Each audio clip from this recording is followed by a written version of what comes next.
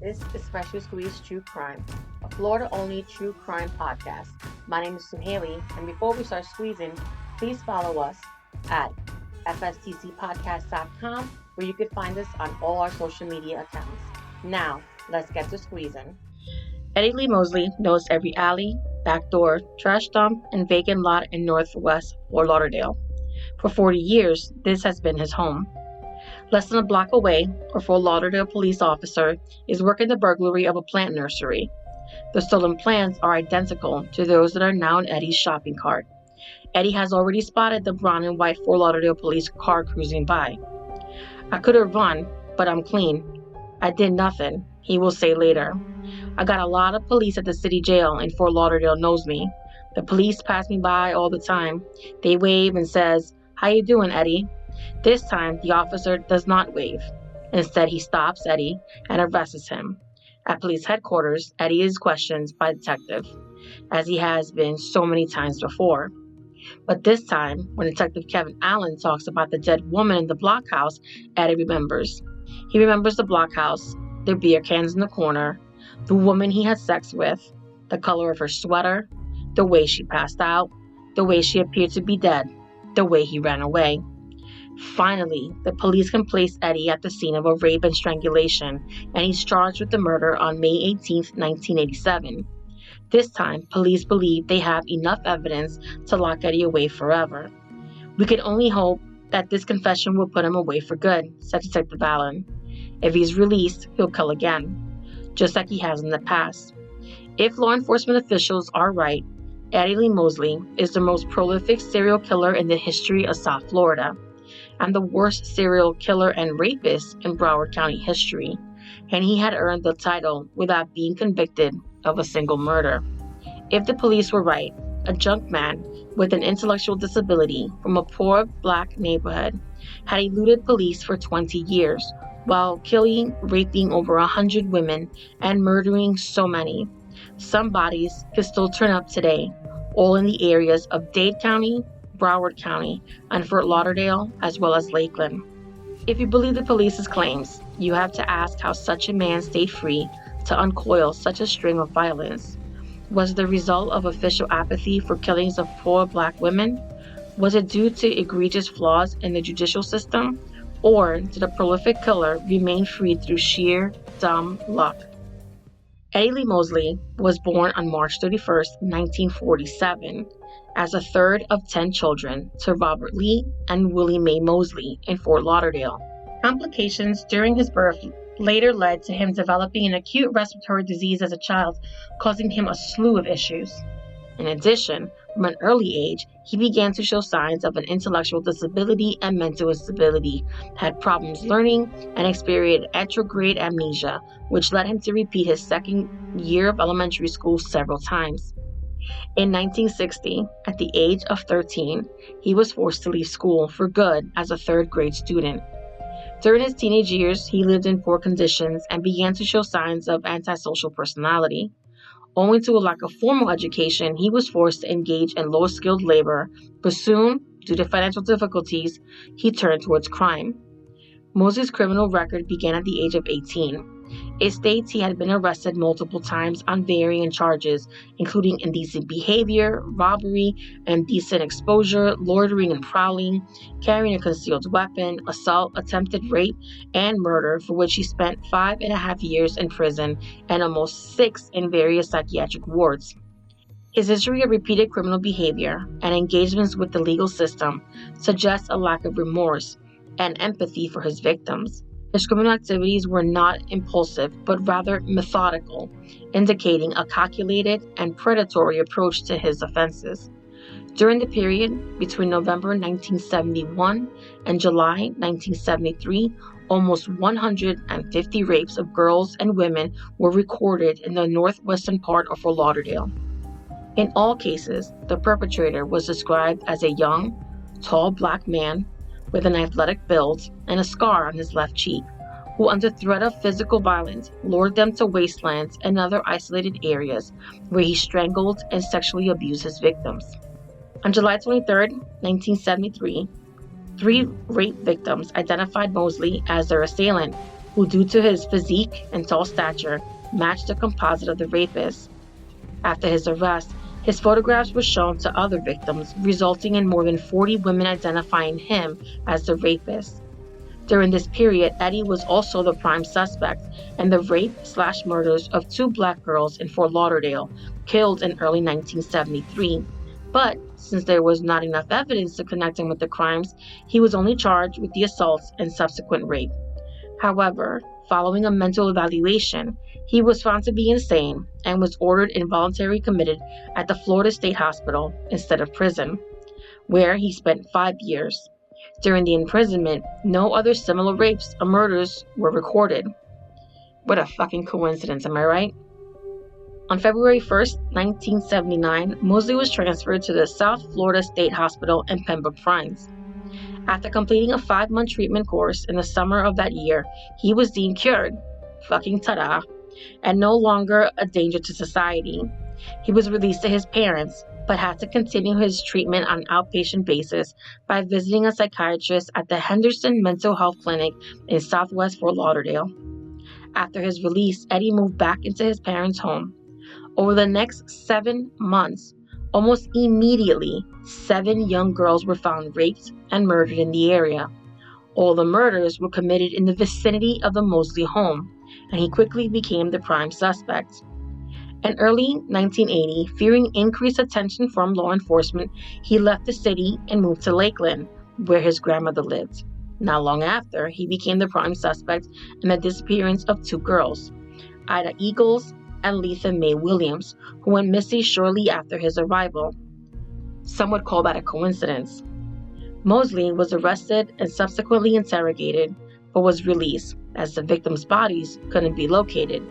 Apparently, there's something that says no body, no crime, am I right? He later returned to Fort Lauderdale, where on April 12, 1980, he was arrested while attempting to rape a young girl. He was found guilty and sentenced to 15 years imprisonment. While Mosley was in prison, the skeletal remains of Eagles and Williams were discovered near Lakeland. While incarcerated at the Broward County Jail, Eddie exhibited very aggressive behavior, often physically and sexually harassing other prisoners, and on one occasion, even confronting the guards and threatening to set the place ablaze. His family later hired a lawyer who filed an appeal to overturn his verdict. In a new trial, citing the incompetence of Mosley's previous lawyer, Robert Hirth, who hadn't filed for a psychological examination of his client. His public defenders, Stephen Michelson and Gary Coward, spent thousands of hours on his defense. They stated the murder cases against Eddie were purely circumstantial, that he wasn't, quote, bright enough not to have left a positive clue behind, and that the police had botched their investigations. Although he has never taken the witness stand, Eddie spoke in a simple defense born of the streets. Quote, "They taking advantage of me because I ain't got no understanding and I ain't got no education," quote, he says when asked why he's in jail. During an interview, before attorneys won a gag order to keep Eddie from answering questions, Eddie sat for 3 hours with a doctor and his public defender. The session was recorded on videotape. Eddie looks straight into the psychologist's eyes as he struggles to concentrate on the question. He said he was innocent, that he would never intentionally hurt anyone. Quote, "I'm just an old junk man. My mind's on money, feeling good, drinking a little beer, a little wine, getting a little lady, and then I want to, feeling good," quote.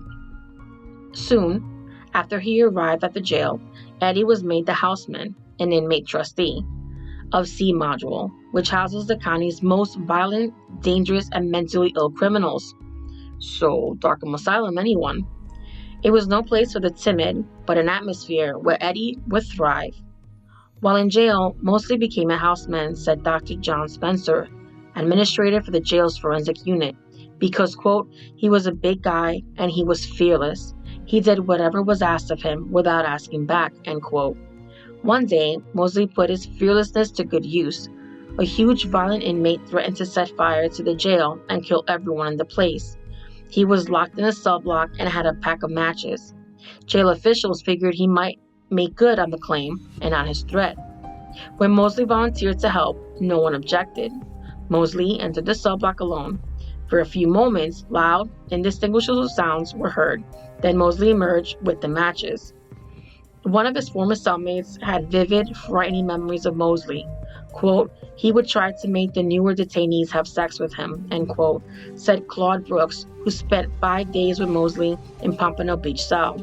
Quote, he would grab them by their throat and lift them off the ground, and then make them do things that I didn't think were right, end quote. Dr. Spencer saw Eddie 4 to 5 times a week, 3 to 4 hours a day, during the 9 months he was held in the unit for the criminally insane. Spencer considers Eddie a psychopath. Quote, I believe that Eddie Lee Mosley, by his history and by his clinical profile and presentation, poses a significant risk to our society, end quote. Spencer agreed that Eddie is not a calculating, cunning criminal. His portrayal is more instinctual and more chilling. Quote, I just mean that he happens along like a shark swimming through water, and when he comes across something edible, he eats it, end quote, Spencer says. The appellate court found significant flaws in the procedure and would eventually overturn the conviction. At the new trial, the court took into account the mitigating factors and resentenced Mosley to a shorter prison term. Since he had spent more than 3 years in prison by that time, on December 15, 1983, he was paroled following the court's decision. Weeks after his release in January 1984, Mosley came under police suspicion again after the bodies of 36-year-old Geraldine Barfield and 54-year-old Emma Cook were found in a northwestern Fort Lauderdale, raped and subsequently killed by suffocation. On May 17, 1984, he was arrested for raping a 22-year-old woman. At trial, he pled not guilty, claiming that the sexual intercourse he had with her was a mutual agreement. His lawyers managed to successfully portray the rape as consensual sex, in which Mosley had promised the victim drugs, and in October of that same year, Mosley was acquitted and released back into the world. After committing 2 more murders in the vicinity of Fort Lauderdale, the Broward County Sheriff's Office, believing they had a serial killer on their hands, contacted the FBI, which, based on the provided data, compiled an offender profile that was very consistent with Eddie Mosley's. His MO was simple. He stalked and prowled his prey, and then, due to his size, imposed himself on them. He would ask them if they wanted to get high or get drunk. Under consent, it would be considered consensual sex. However, if the woman did not consent, he would choke them. If they continued to resist, he would continue choking them until they were unconscious. He still had sex with them either way, but some he strangled to death. He liked the control that it gave him. He liked the overpowering dominance that it gave him. And he had no empathy towards his victims. In fact, Mosley probably thought they deserved it.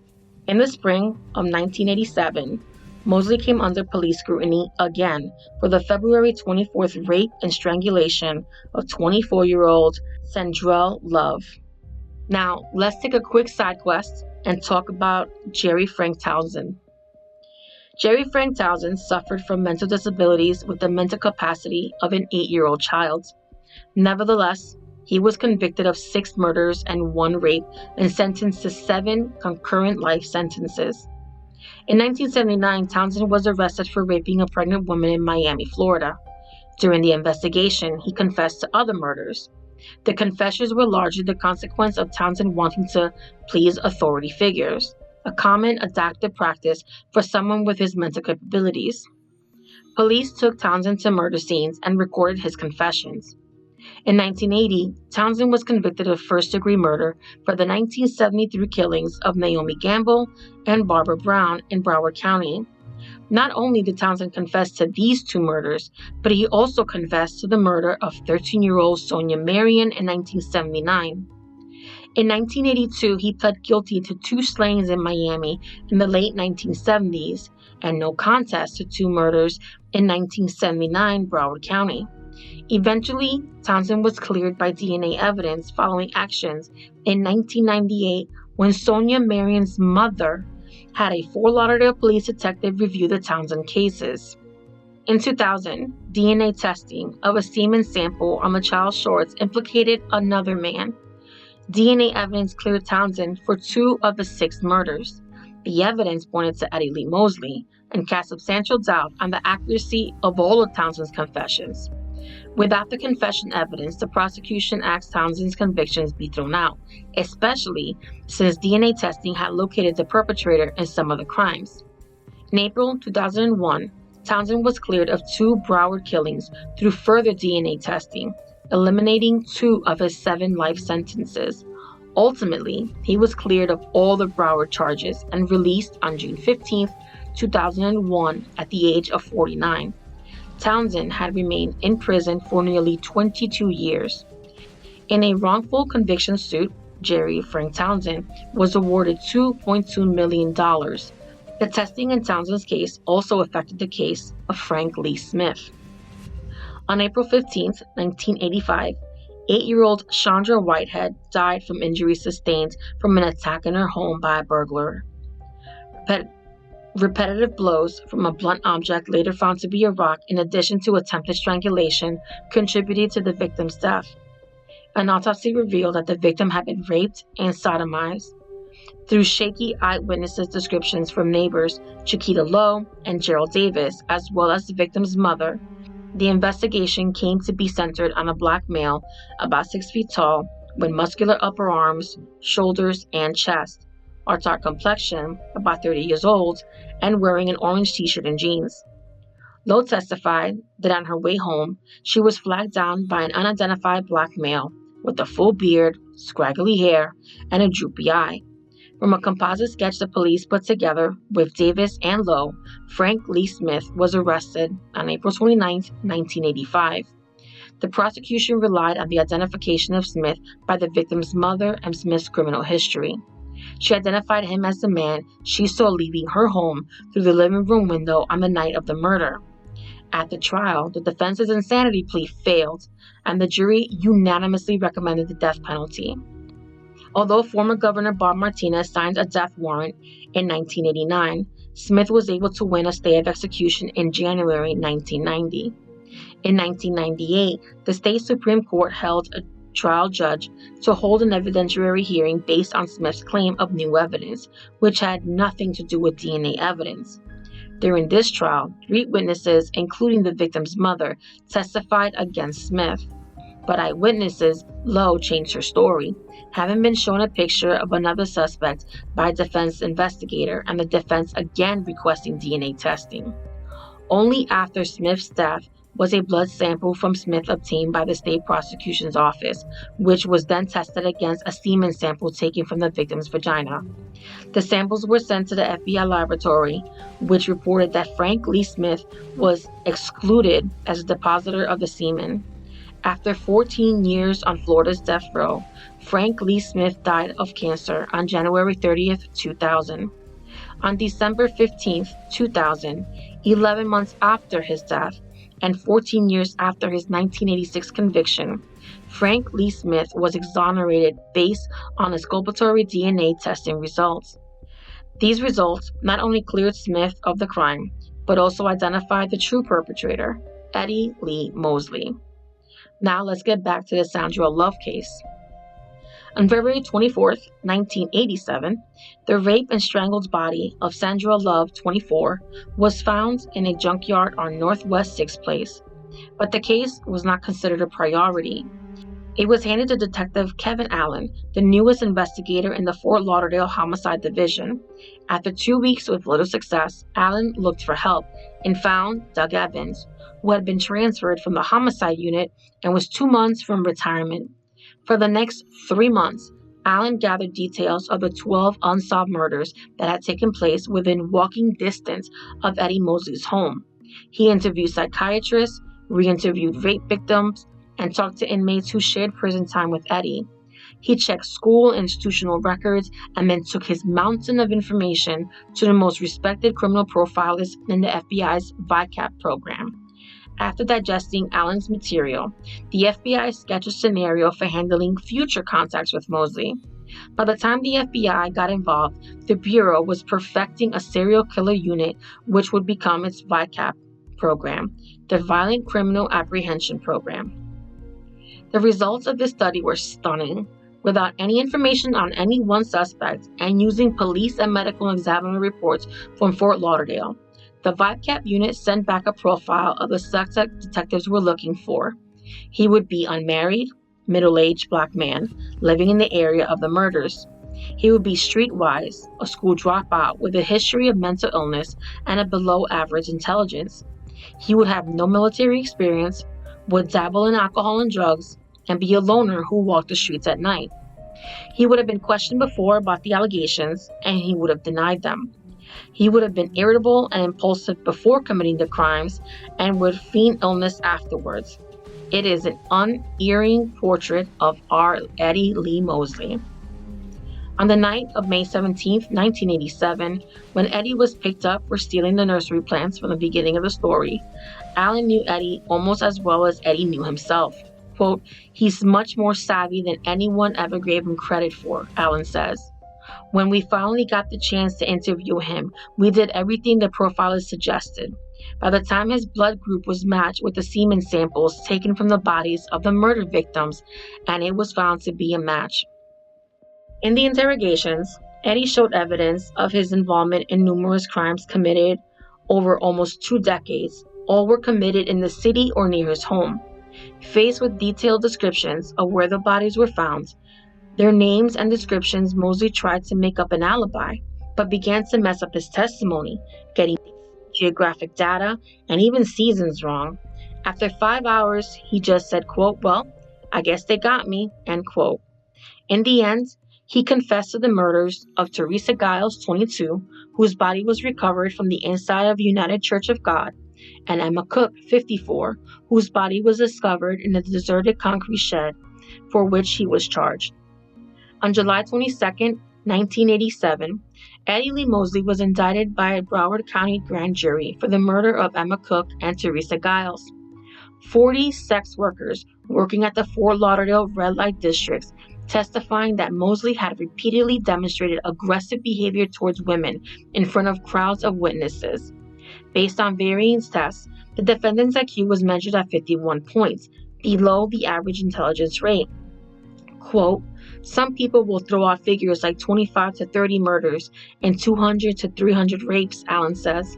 "We've tried to concentrate on the ones we're sure of, and all I can say is that it shouldn't have gone on as long as it did."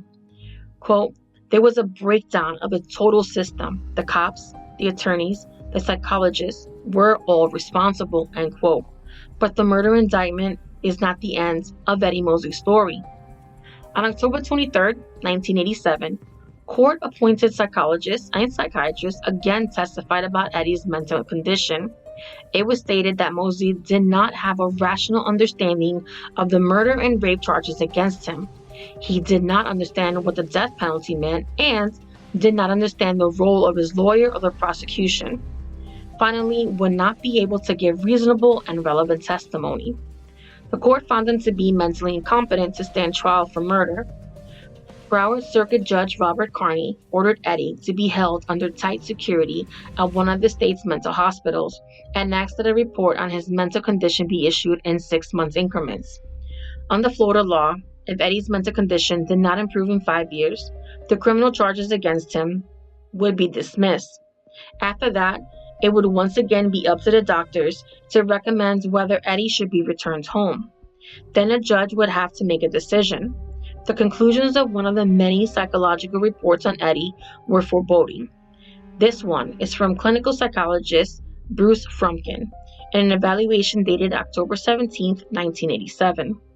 Mr. Mosley does not appear to meet the criteria for involuntary hospitalization. While he is moderately mentally retarded and would be unable to live entirely on his own without suffering from neglect, prior to his arrest he was doing quite well living with his mother and siblings. Quote, Fort Lauderdale homicide detective John Kokuro maintained that Mosley was putting on an act in his interviews with psychologists throughout the years. For the remainder of his life, Mosley was shuffled between various clinics and mental institutions in the state. In 2000, samples of his saliva and blood were taken for DNA testing, which proved his guilt in the following murders. 29-year-old Loretta Young Brown, killed in 1984. 34-year-old Vetta Turner, killed on July 9, 1973. 13-year-old Sonia Marion, killed July 1979. 21-year-old Terry Jean Cummings, found dead in August 1979. And finally, the murders of Emma Cook and Teresa Giles, to which he had confessed to in May 1987. In addition, he was connected to the April 1985 murder of 8-year-old Chandra Whitehead, who had been raped and killed in her home, and was also charged with the murder of 15-year-old Naomi Marie Gamble. Aside from his proven murders, the investigators tried to connect Mosley to other murders. Among them were that of 24-year-old Sandra Love, 19-year-old Arnett Tweaks, killed on February 22, 1980, 21-year-old Susan Boynton, killed in December 1979, and 16-year-old Gloria Irving, found murdered in 1980. However, Mosley's and the killer's DNA were deemed to be mismatched. Despite this, he hasn't been excluded from the list of suspects. After establishing his guilt, the Fort Lauderdale police issued an arrest warrant for Mosley. However, according to the results of 2 independent psychiatric tests conducted at the end of 2001, Mosley was again declared insane and thus couldn't be imprisoned. This meant he couldn't be charged while in the state hospital because a charge wouldn't stick. Mosley, known as, quote, the rape man to his neighbors, lived the rest of his life in state mental hospitals. Psychologist Trudy Block Garfield stated that Mosley functioned somewhere in the range of a 5.5-year-old and an 11-year-old with the verbal ability of a 7-year-old, and that over the years his IQ had tested in the high 40s to the low 60s. Quote, in virtually all testing, he scored in the mental retardation range. There is no real indication that Mr. Mosley is psychotic, and it is questionable that he ever was psychotic, end quote. However, Fort Lauderdale homicide detective Mark Cucchio maintained that Mosley was putting on an act in his interviews throughout the years. In the 2010s, due to his ailing health, Eddie Mosley was transferred to the Sunland Center in Marianna. In the spring of 2020, he was diagnosed with pneumonia and moved to Jackson Hospital in Marianna, where he died on May 28, 2020, at the age of 73. Shortly before his death, he tested positive for COVID-19, which was later listed as his cause of death. His guilt or innocence, which can only be legally decided by a jury, was never determined. His death raised questions about the unresolved cases and the impact of his actions on the lives of those wrongfully convicted due to his criminal activities.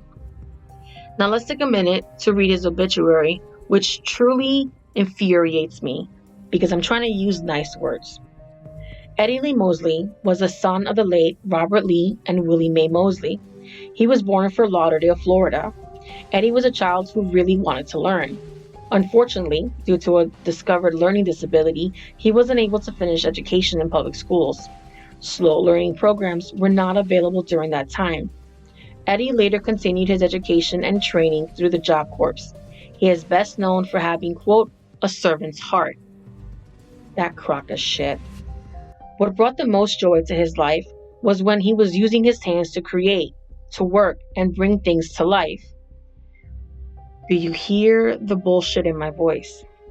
He loved gardening and landscaping.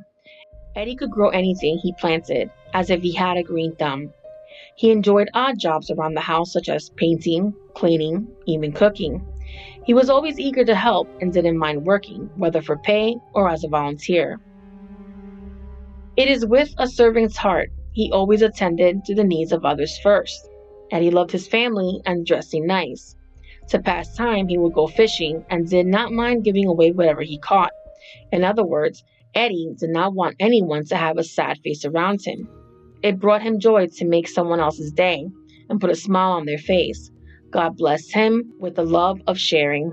Eddie will forever be in our hearts and greatly missed. We can still hear you saying, quote, God bless y'all, end quote, which you said on every phone call. He believed God had blessed you. We love you always. Now, let's examine the original question I asked at the start of this episode. Ask yourself how such a man stayed free to uncoil such a string of violence. Was it the result of official apathy for the killings of poor Black women? Was it due to egregious flaws in the judicial system? Or did a prolific killer remain free through sheer dumb luck?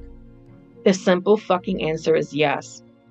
Retired Judge Joel T. Lazarus, who prosecuted this case, once said he barely remembered the plea agreement. Really, on one of the most prolific cases, I call bullshit. But believed he made it because, quote, the character of the woman who was raped, the type of victims we had with Mosley, made them extremely difficult.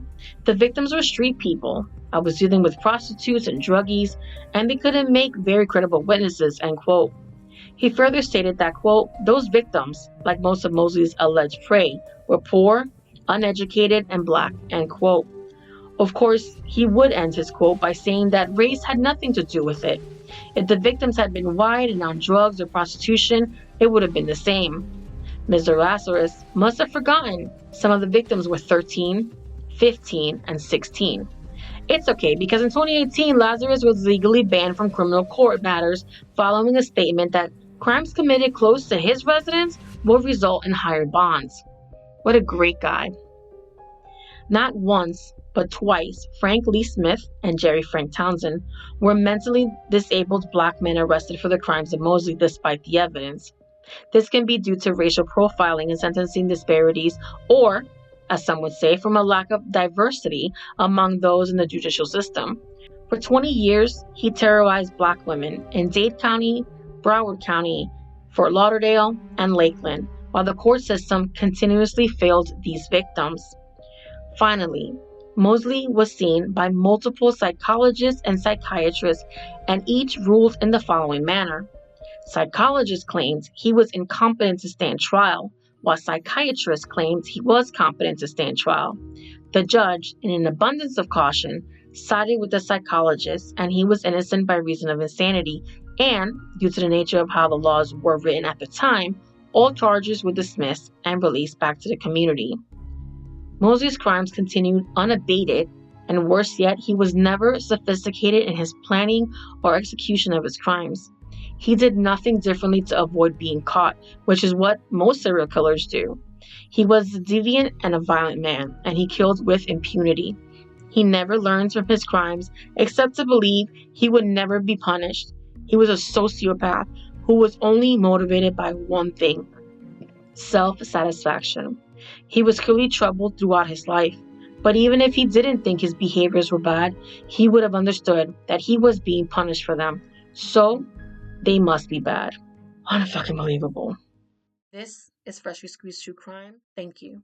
You can find us on fstcpodcast.com, Facebook, Instagram, Twitter, TikTok, and listen to us wherever you listen to your podcast. This episode was squeezed to perfection. Goodbye.